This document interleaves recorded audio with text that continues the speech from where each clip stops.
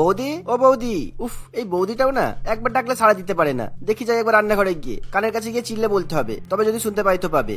এই বলে রাজু তার বৌদির কাছে রান্নাঘরে চলে যায় আর সে জোরে জোরে চিৎকার করে বলে, বৌদি, আমি তোমাকে সেই কখন থেকে ডাকছি, তুমি কি শুনতে পাচ্ছ না?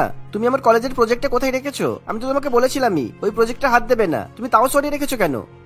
রাজু, আমি তো তোমার প্রজেক্টটা তোমার আলমারির ভেতরে রেখে দিয়েছি। আমি জানি আজকে তোমার ওটা দরকার, সেই কারণে আমি সামনেই রেখে দিয়েছি। একবার তুমি গিয়ে দেখো, তাহলেই দেখতে পেয়ে যাবে।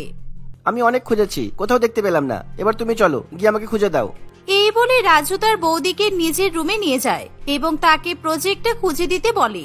তখন সীতা রাজুর রুমের আলমারি খুলতেই সামনেই প্রজেক্টটা খুঁজে পেয়ে যায়। এই দেখো, আমি তো তোমাকে বললাম একবার আলমারিটা খুললেই তুমি পেয়ে যাবে। তুমি যদি ওটা আলমারির ভিতরে ঢুকিয়ে রেখে দাও, তাহলে আমি সেটা কিভাবে দেখবো? ওটা কি ওখানে থাকার জিনিস? এই বলে রাজু তার বৌদির হাত থেকে প্রজেক্টটা কেড়ে নিয়ে কলেজে চলে যায়। আর তখনই সীতা রান্নাঘরের দিকে যেতে শুরু করে। আর এমন সময় তার শ্বশুর মশাই বিপ্লব বাবু তাকে ডাক দেয়। বৌমা, কি ব্যাপার, কোথায়? 10টা বেজে গেল, তোমার কি কোনো হুঁশ নেই? রোজ তুমি এই ভুলটাই করো। আমাকে তো ওষুধ খেতে হবে, আর তুমি আমাকে সামান্য এই ওষুধটাও সময় মতো দিতে পারবে না? বাবা, আপনার সব ওষুধ তো আপনার খাটের পাশেই রাখা আছে। এই তো, আপনি একবার হাত বাড়ালেই নিয়ে নিতে পারবেন। তার মানে তুমি কি বলতে চাইছো ওষুধগুলো আমাকেই বেছে বেছে খেতে হবে, তাই তো? এত ওষুধের মধ্যে কোনটা খাবো কোনটা খাবো না এগুলো তো গুলিয়ে যায়, তার জন্যই তো তোমাকে সবসময় ডাকতে হয়। আমি যদি নিজে থেকেই দেখে নিয়ে খেয়ে নিতে পারতাম, তাহলে আমি তোমাকে ডাকতাম কেন? তুমিই বলো। বাবা, ওষুধের খামে সবকিছুই লেখা আছে। আপনি যদি একবার ভালোভাবে চোখটা বুলিয়ে নিতেন, তাহলে সবকিছু বুঝতে পেরে যেতেন। আচ্ছা ঠিক আছে, এই নিন, ওষুধটা খেয়ে নিন। এই বলে সীতা শ্বশুর মশাইয়ের হাতে ওষুধ এবং জলের গ্লাস দিয়ে সেখান থেকে চলে যায়। সে যখন আবার রান্নাঘরে গিয়ে রান্না শুরু করে, তখন তার শাশুড়ি মা তাকে ডাক দেয়। বৌমা, কি ব্যাপার, তুমি এখনো রান্নাঘরে আছো? আরে বাবা, আমি তো ওখানে সব কাপড় চোপড় বের করে রেখেছি, কাচা ধোয়া কখন করবে? অত জামা কাপড় কাচতেও তো সময় লাগবে। তাড়াতাড়ি রান্নাটা সেরে ওদিকে যাও। মা, আমি তো এখন রান্না করছি, আর এতজনের রান্না বান্না করতে একটু তো দেরি হবেই। আপনি এত তাড়াতাড়ি করলে আমার তো কিছুই করার নেই। যতটা টাইম লাগবে ততটাই তো আমাকে দিতে হবে। আমি কিভাবে তাড়াতাড়ি রান্নাটা করতে পারবো আপনি বলুন। ওসব কথা আমি শুনবো না, তাড়াতাড়ি রান্নাটা করে ওদিকে কাপড়গুলো কেচে ধুয়ে শুকাতে দিয়ে দাও। আর হ্যাঁ, আমার শাড়িগুলো ভালোভাবে ধোবে, শুকিয়ে আয়রন করে তারপর আমাকে দেবে। এই বাড়িতে তো আপনার দুটো মেয়ে আছে মা, আপনি তো ওদেরকেও একবার বলতে পারেন। ওদেরও তো বৌদি আছে, মানে তুমি আছো। এই বাড়িতে বৌমা থাকতে মেয়েদেরকে কাজ করতে বলবো? এটা তো হতেই পারে না। আর তাছাড়া ওরা তো আজ না কাল শ্বশুর বাড়িতে চলেই যাবে, তখন তো শ্বশুর বাড়িতে গিয়ে ওদেরকেই সব করতে হবে। তাই ওরা মায়ের বাড়িতে একটু শান্তিতে দিন কাটিয়ে নিক, এতে তোমার সমস্যা কি? এই বলে অন্বেষা দেবী সেখান থেকে চলে যায়। শাশুড়ি মায়ের কথা মতো সীতা সকলের জন্য তাড়াহুড়ো করে রান্নাবান্না করতে থাকে। রান্নাবান্না হয়ে গেলে সে সবার কাপড় চোপড়গুলো একসঙ্গে কাচা ধোয়া করতে শুরু করে। বাবারি বাবা, যেন মনে হচ্ছে আমি রাজ্যের লোকের কাপড় চোপড় নিয়ে বসেছি। এত বড় পরিবার আবার কারোর হয় নাকি? যেন এরা আমাকে কাজের লোক হিসেবেই রেখেছে, বাড়ির বৌমা হিসেবে নয়। কেউ একবারের জন্য আমার হাতে সাহায্য করে দিতে আসে না, সব কাজ আমাকে একাই করতে হয়। এসবই ভাবতে ভাবতে সীতা জামা কাপড়গুলো কেচে ধুয়ে শুকাতে দিয়ে দেয়। তার সমস্ত কাজ মিটে গেলে সীতা ফ্রেশ হয়ে সবাইকে খাবার টেবিলে খাবার বেড়ে দেয়। সীতা, আমি কালকে তাড়াতাড়ি অফিসে বেরোবো, তুমি আমার জন্য টিফিন রেডি করে রেখো। আর হ্যাঁ, আমার দরকারি ফাইলপত্রগুলোতে একদমই হাত দেবে না, বুঝেছো? ওগুলো আমি সামনে রেখে দিয়েছি, যাতে আমি অফিসে যাওয়ার সময় ওগুলো ভুলে না যাই। আচ্ছা ঠিক আছে, আমি তোমার কোনো জিনিসে হাত দেব না। বৌদি, তুমি এদিকে খাবারটা দেবে তো? আমাকে খাবার না দিয়ে তুমি শুধু ওদিকেই চলে যাচ্ছ। তুমি দেখতে পাচ্ছ না এখানে আমি বসে আছি? তোমার সামনেই তো সবকিছু আছে, তুমি একটু হাত বাড়িয়ে খাবারও নিতে পারবে না? বৌদি, তুমি থাকতে আমি কেন ওসব কাজ করতে যাব? তুমি আমাকে খাবার তুলে দাও। কবিতার মুখে এই কথা শুনে সীতা তাকে খাবার তুলে দেয়।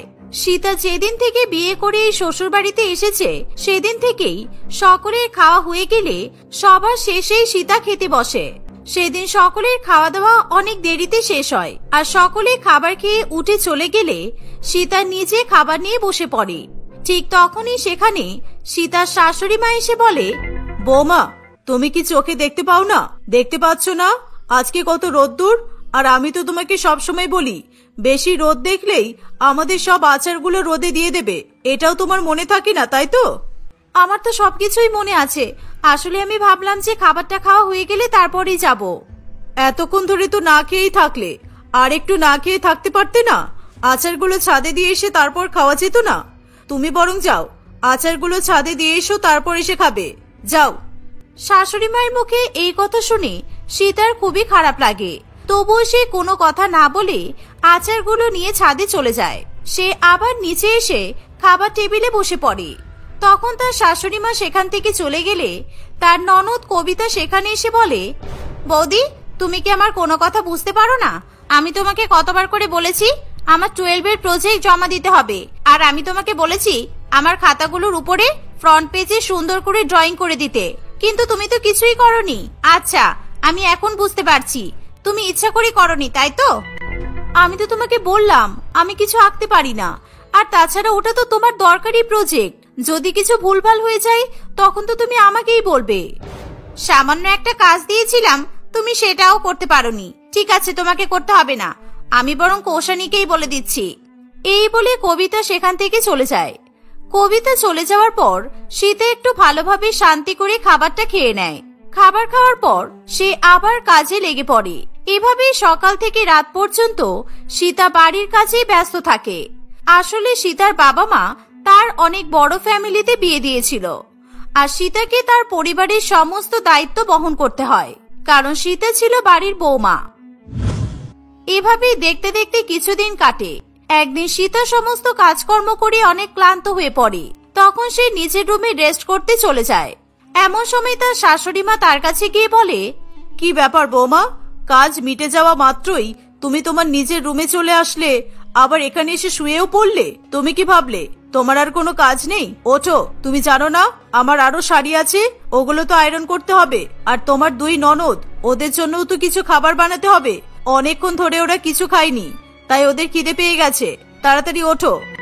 আমি তো একটু আগেই রান্না বান্না শেষ করে আসলাম, ওদেরকে একটু খাবার বানিয়ে খেয়ে নিতে বলুন না, এখন এটাও আমাকে করতে হবে? এখন ওরা ম্যাগি খাবে বলছে, তুমি ওদেরকে ম্যাগি বানিয়ে দাও। আর তাছাড়া ওরা কিছুই কাজ করবে না, সব কাজ তুমিই করবে, এটা যেন আর বলতে না হয়। সীতার কাছে আর কোনো উপায় না থাকায় সে রান্নাঘরে গিয়ে তার 2 ননদের জন্য ম্যাগি বানাতে থাকে। কয়েক মিনিটের মধ্যেই সে ম্যাগি বানিয়ে তার 2 ননদের রুমে গিয়ে দিয়ে আসে। সেদিন সীতার শরীরটা খুব একটা ভালো ছিল না, সে ভীষণ অসুস্থ বোধ করছিল। আর সেই অসুস্থ শরীর নিয়েই সীতা কাজ করেই চলেছিল, তার দিকে কারোর কোনো খেয়ালই ছিল না। আর অসুস্থ অবস্থায় কাজ করার ফলে সীতা অনেক কষ্ট পেতে থাকে। আজ আমার শরীর অসুস্থ, কিন্তু একবারের জন্য কেউ জিজ্ঞাসা করতে আসলো না যে আমার কি হয়েছে। মনে হচ্ছে আমি এই বাড়ির কাজের মেয়ে, কাজের মেয়ের সঙ্গেও কেউ এরকম ব্যবহার করে না যতটা এরা আমার সঙ্গে করছে। না, আর চুপ করে থাকা যায় না। এতদিন ধরে চুপ করে করে আমি আর পারছি না। এবার আমাকে কিছু একটা করতে হবে যাতে এরা নিজেদের কাজ নিজেরাই করতে পারে। এই বলে সীতা নিজের রুমে চলে যায় এবং সে ভাবনা চিন্তা করতে থাকে এরকম পরিস্থিতিতে তার কি করা উচিত। তখন তার মাথায় একটা বুদ্ধি আসে। সেদিন রাত্রিবেলা সীতা কাউকে কিছু না বলে চুপচাপ ঘুমিয়ে পড়ে। পরের দিন সকালে সীতা একটা মিথ্যা বাহানা বানিয়ে বলে, মা, আসলে আজকে আমাকে একবার মায়ের বাড়িতে যেতে হবে, কারণ আমার বাবার শরীর ভীষণ অসুস্থ। মা আমাকে ফোন করে খবর দিল, তাই আমি ব্যাগপত্র গুছিয়ে নিয়েছি। বাবার যতদিন না শরীর ভালো হচ্ছে ততদিন আমি ওখানেই থাকবো। তুমি কতদিন থাকবে? বেশি দিন কিন্তু থেকো না। বাড়ির সব কাজকর্ম কিন্তু আমি একা একা করতে পারবো না, তোমাকেই সব করতে হবে, তাই তাড়াতাড়ি চলে এসো। সীতা তার শাশুড়ি মায়ের কথায় মাথা নেড়ে সেখান থেকে চলে যায়। সেদিনের পর থেকে অন্বেষা দেবীকে বাড়ির সমস্ত কাজকর্ম করতে হয়। এত কাজকর্ম করতে করতে অন্বেষা দেবী প্রায় হাঁপিয়ে ওঠে। এরকম ভাবেই দেখতে দেখতে 1 সপ্তাহ কাটে। একদিন অন্বেষা দেবী আর না পেরে তার 2 মেয়েকে বলে, এই কবিতা, কৌশানী, তোরা 2 বোনে এখানে বসে বসে ফোন ঘাটছিস? তোরা কি দেখতে পাচ্ছিস না আমি একা একা রান্নাঘরে আছি? তোরা কি একবারের জন্য আমার হাতে হাতে সাহায্য করে দিতে পারিস না? বাড়িতে কত কাজ আছে, আর তোরা 2 বোনে চুপ করে সবসময় বসে আছিস। মা, তুমি তো বলতে তোর বৌদি আছে, তোর বৌদি সব করে নেবে, তোদেরকে আর কিছুই করতে হবে না, তোরা শ্বশুর বাড়িতে গিয়েই কাজ করবি। আর এখন তুমি নিজেই বলছো তোমার হাতে হাতে সাহায্য করে দিতে। আরে এখন তো তোদের বৌদি বাড়িতে নেই, তোরা কি এখন আমার হাতে হাতেও সাহায্য করতে পারবি না? তাহলে তোরা দেখতে পাচ্ছিস তো আমি একা একা কত কাজ করছি। এই বলে অন্বেষা দেবী সেখান থেকে চলে যায়। তবে তার দুই মেয়ে কিছুতেই তাকে সাহায্য করার জন্য যায় না। এভাবেই আরো কিছুদিন কাটে। একদিন অন্বেষা দেবী মনে মনে ভাবে, আমাদের বাড়িতে এত কাজ, আর আমি আমার বৌমার উপর সবটাই ছেড়ে দিই। একের পর এক বৌমাকে কাজ বলতেই থাকি। না না, সত্যি আমরা ভুল করেছি। এত সব দায়িত্ব একজনের উপর দেওয়া একদমই ঠিক হয়নি। আমি আজকেই বৌমাকে ফোন করে ডাকবো, না হলে আমি নিজে গিয়ে আমার বৌমাকে ফিরিয়ে নিয়ে আসবো। এভাবেই অন্বেষা দেবী মনে মনে তার ভুল বুঝতে পারে। সেদিনই সে তার বৌমার কাছে যায় এবং তাকে বাড়িতে নিয়ে আসে। বৌমা, আমাদেরকে ক্ষমা করে দিও। সত্যি আমরা অনেক বড় ভুল করেছি। তোমার উপর এরকম ভাবে সংসারের সমস্ত দায়িত্ব ছেড়ে দেওয়া আমাদের একদমই ঠিক হয়নি। আজ থেকে যে যার কাজ সে নিজেই করবে। তোমার উপর কেউ আর বেশি জোর করবে না। তুমি শুধু সবার জন্য রান্না বান্নাটা করো, তাহলেই হবে। এভাবে অন্বেষা দেবী তার বৌমার কাছে ক্ষমা চায়। মায়ের দেখা দেখি কবিতা, কৌশানী, রাজু, বিপ্লব বাবু এবং শিবু সকলেই একের পর এক সীতার কাছে ক্ষমা চাইতে থাকে। বৌদি, তুমি আমাকেও ক্ষমা করে দিও।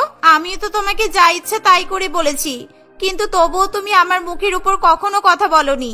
আমাকে ক্ষমা করে দাও বৌদি। বৌদি, তুমি আমাকেও ক্ষমা করে দিও। আমি কোনো জিনিস খুঁজে না পেলেই তোমার উপর সবসময় উল্টাপাল্টা ভাবে চেল্লাচিল্লি করতাম। তাই আজ থেকে আমি তোমাকে কোনো জিনিস আর খুঁজে দেওয়ার কথা বলবো না, আর কোনো কথা শোনাবো না। সব আমি নিজে থেকেই দেখে করে নেব। এভাবেই তারা সবাই সীতার কাছে ক্ষমা চায়। সেই দিনের পর থেকে সীতা তার পরিবারের সঙ্গে হাসি খুশি বসবাস করতে থাকে।